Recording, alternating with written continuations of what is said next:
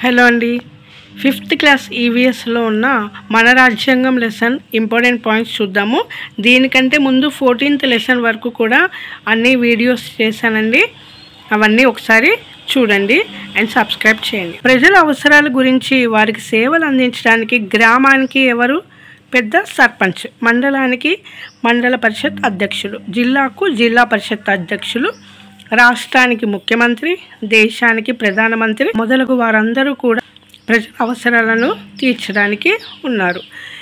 వీరందరూ ఆయా స్థానాల్లో ఎలా పరిపాలన చేయాలో తెలియడానికి అనేక నియమ నిబంధనలతో కూడిన అతిపెద్ద గ్రంథం ఉంది. దీనినే భారత రాజ్యాంగం అని అంటారు. మన దేశంలోని ప్రజలందరూ భారత రాజ్యాంగం ప్రకారం నడుచుకోవాలి. బ్రిటిష్ వలస పాలన నుండి మనకు స్వాతంత్రం వచ్చిన తర్వాత డాక్టర్ బాబు రాజేంద్ర ప్రసాద్ అధ్యక్షతలో భారత రాజ్యాంగం రూపొందించబడింది. ఎవరి అధ్యక్షన భారత రాజ్యాంగం రూపొందించబడింది? డాక్టర్ బాబు రాజేంద్ర ప్రసాద్. ఆయన మన దేశానికి మొదటి రాష్ట్రపతి. కొంతమంది మేధావులతో రాజ్యాంగం రచన కమిటీ ఏర్పరిచారు. ఈ రచనా కమిటీకి చైర్మన్గా భీమ్రావ్ బాబాసాహెబ్ అంబేద్కర్ను నియమించారు. రాజ్యాంగ కమిటీ చైర్మన్ ఎవరు? డాక్టర్ భీమ్రావ్ బాబాసాహెబ్ అంబేద్కర్. ఈ కమిటీ ప్రపంచంలోని వివిధ దేశాల రాజ్యాంగాలను అధ్యయనం చేసి అతి గొప్పదైన భారత రాజ్యాంగాన్ని రూపొందించింది. ఇది 1950 జనవరి 26వ తేదీన అమలులోకి వచ్చింది. అప్పటి నుండి భారత రాజ్యాంగం ప్రకారం మన దేశంలో పరిపాలన కొనసాగుతుంది. ఆ రోజునే మనం గణతంత్ర దినోత్సవం రిపబ్లిక్ డేగా జరుపుకుంటాం. 1950 జనవరి 26. రాజ్యాంగంలో మనం అంగీకరించిన నియమాలు, ప్రజల హక్కులు, బాధ్యతలు పొందుపరచబడ్డాయి. వీటిలో అవసరమైతే కొన్ని అంశాలను మార్చుకోవడానికి వీలు ఉంది.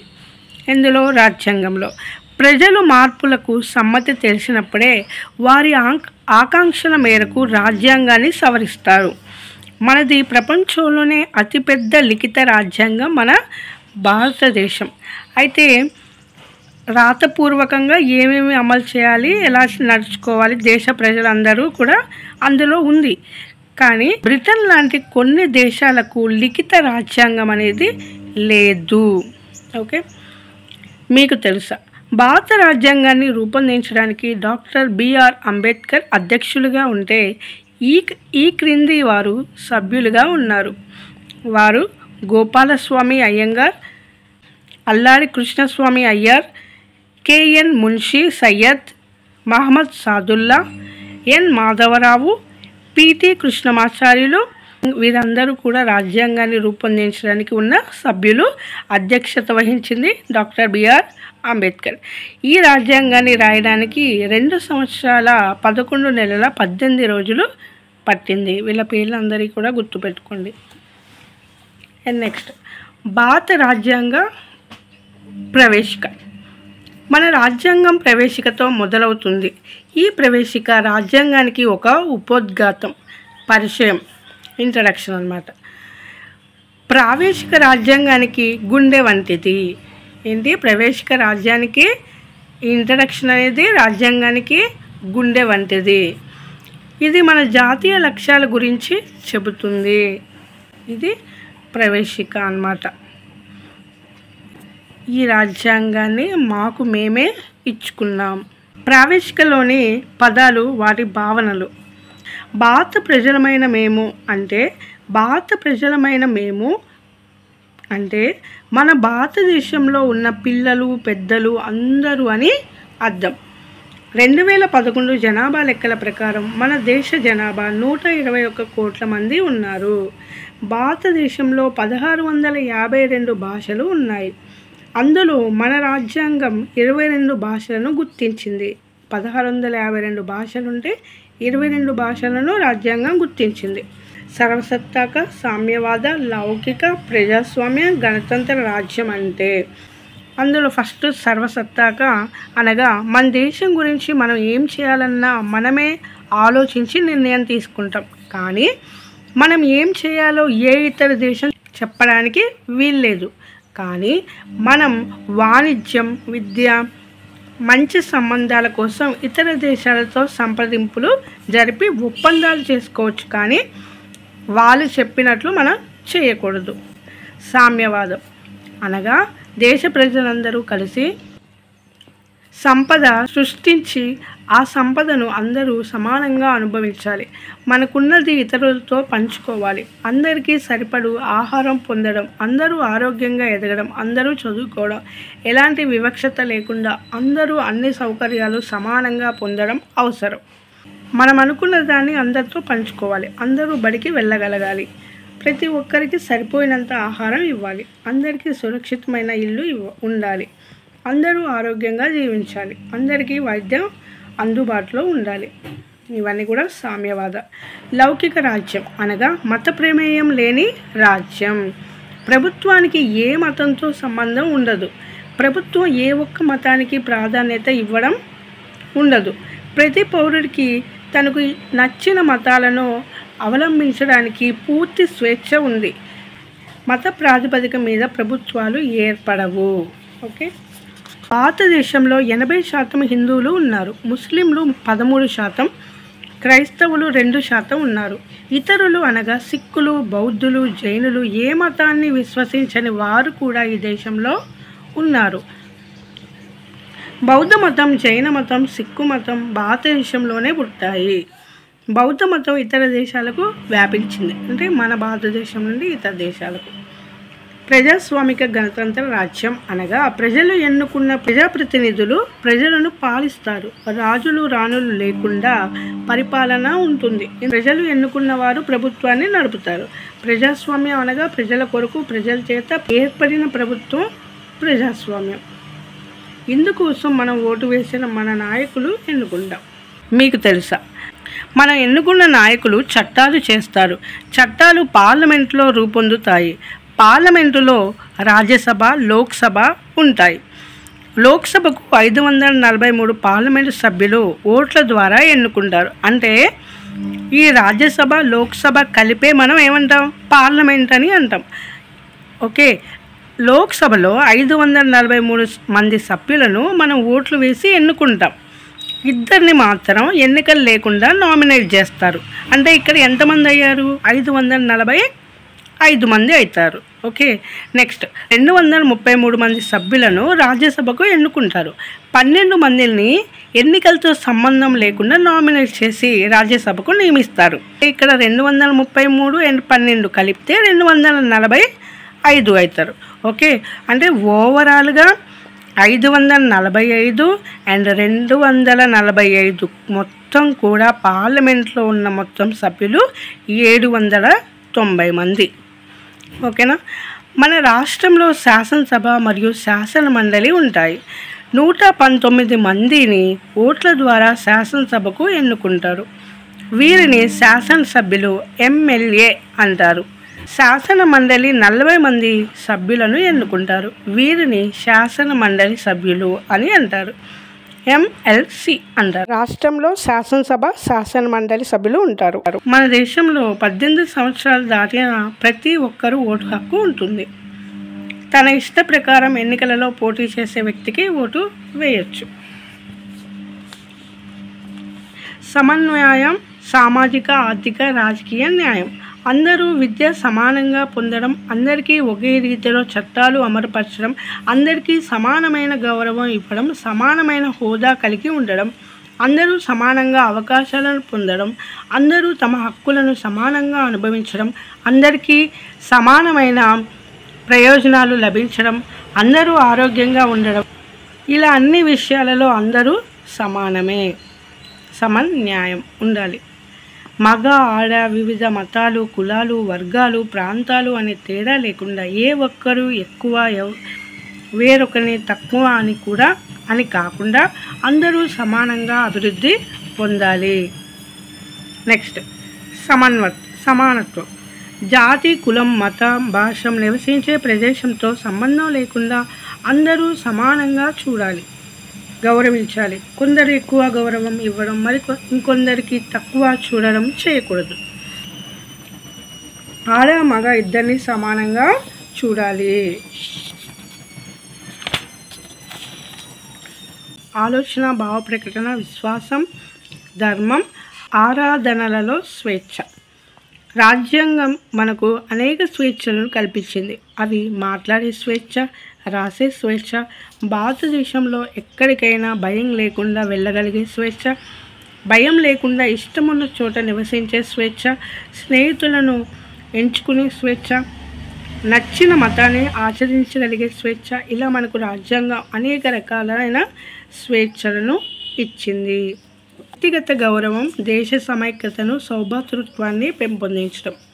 మనం అందరం ఒక కుటుంబంలోని సభ్యులుగా ప్రేమతో అన్నదమ్ముళ్ళు, అక్క చెల్లెల్లా మెలగాలి. ఒకరి గురించి మరొకరు బాధ్యత వహించాలి. పరస్పరం సహాయం చేసుకోవాలి. ప్రజలు, మతాలు, భాషలు, సంస్కృతి ఏదైనా మనందరినీ కలిసి మెలిసి ఉండాలి. సౌభ్రాతృత్వం అంటే సోదర భావం. ఈ విధంగా రాసుకున్న రాజ్యాంగాన్ని రాజ్యాంగ పరిషత్ 26 నవంబర్ 1949 నాడు ఆమోదించింది. ఇలాగ రాసుకున్న రాజ్యాంగాన్ని ఎప్పుడు ఆమోదించింది? 26 నవంబర్ 1949లో. 24 జనవరి 1950 నాడు రాజ్యసభ సభ్యులు అందరూ సంతకం చేశారు. నెక్స్ట్ ఇయర్ 1950లో జనవరి 26న రాజ్యాంగ సభ్యులు అందరూ కూడా సంతకం చేశారు. 2 రోజుల తర్వాత అనగా 26 జనవరి 1950 నుంచి మనం ఆమోదించిన రాజ్యాంగంను అనుసరించి మనలను మనం పరిపాలించుకుంటున్నాం.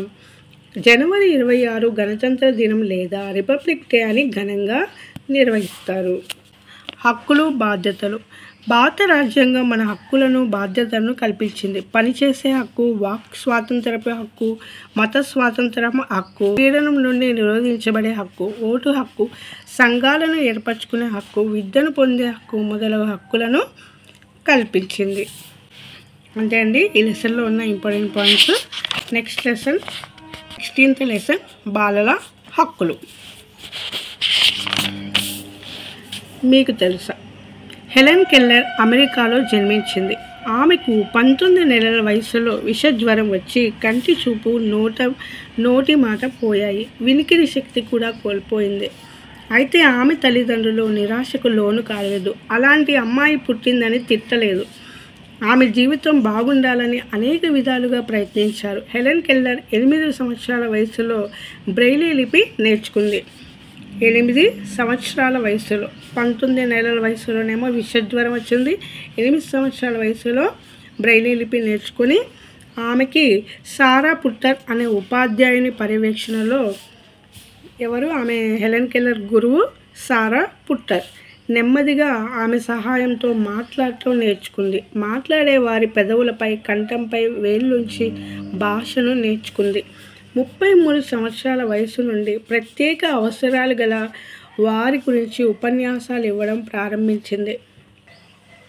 భారతదేశంలోని తల్లిదండ్రులు ఆమెను చూసి శరణాలయాల నుండి వారి పిల్లలను ఇంటికి తెచ్చుకున్నారు. 88 సంవత్సరాల వయసులో చనిపోయిన హెలెన్ కెల్లర్ ఎంతోమంది అనేక రకాలుగా స్ఫూర్తి నింపింది. బాలల హక్కులు ప్రధానంగా 4 హక్కులు ఉన్నాయి. అవి జీవించే హక్కు, రక్షణ పొందే హక్కు, అభివృద్ధి చెందే హక్కు, భాగస్వామ్య అంటే పాల్గొనే హక్కు. Right to survival, right to protection, right to development, right to participation.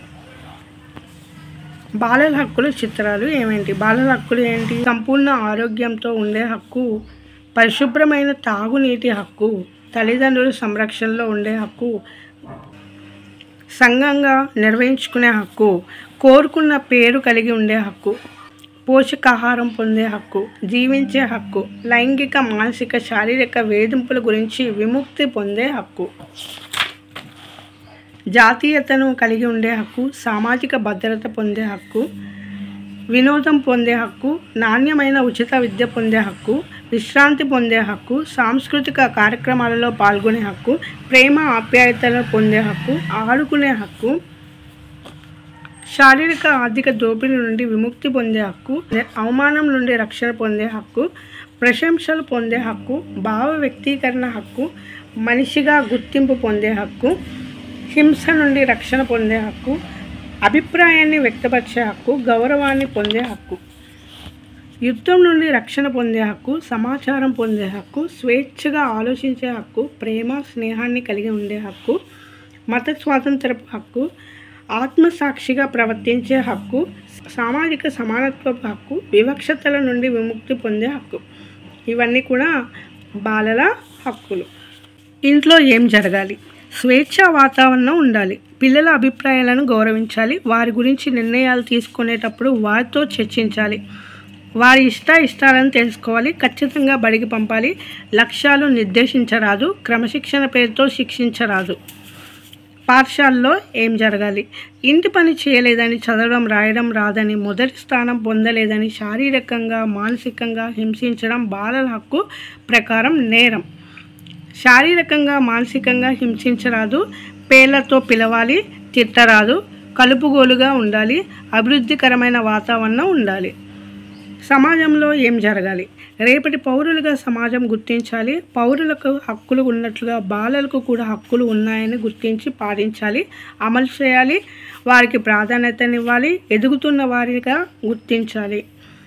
బాలల హక్కులు అన్ని చోట్ల పరిరక్షించబడాలి. ఇంట్లో, బడిలో, తాను పాల్గొనే అన్ని చోట్ల సమాజంలో ఎక్కడైనా బాలల హక్కులు పరిరక్షించబడాలి.